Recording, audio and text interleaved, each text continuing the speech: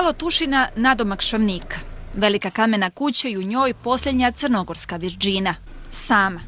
Sestre se poudali ili je zauvijek napustile, pa se svakom gostu obraduje. Malo manje, ako joj na vrata prvo zakuca žena. Evo ih ljudi iza mene su ljudi. Dobar dan. Dobar dan.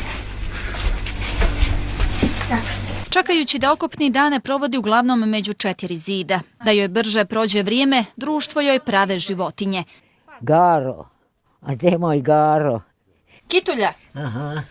Pola repa joj bijelo. Kao da ga je zakitila.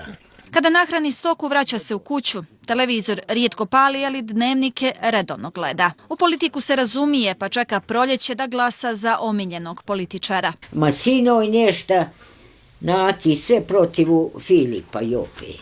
Ipak, Tita ne može da prežali. Ljudi su tada, kaže, bili bolji. Baš se narod izmijenio nekako. Nema one milosti jedan drugi mi. Tako kao što smo mi, kaže, bivali.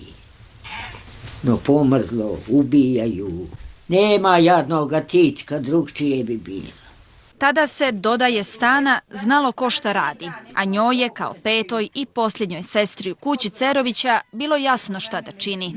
Zarekla se da se neće udavati. Obukla je pantalone, odsjekla kosu i preuzela domaćinstvo. Sestre se poudale. Udale su se one, pa šta ću? Nije vam krivo što niste i vi. Kome krivo? Pa vam krivo što niste i vi, nije. Ne ono, brate Bogo. Odite u tuđu kuću ići i tuđe budžake bricati. Ali nemoj ti, ja ću tebe nučiti. Ja, da se ne udajem? Ne, naprimjer, a hoćeš vidi, ja zavrćela si ti da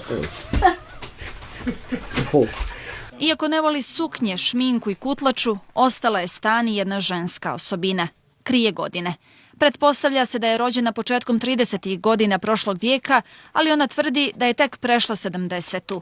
Deceniju mlađa ili starija, Stana Cerović je posljednja crnogorska virdžina.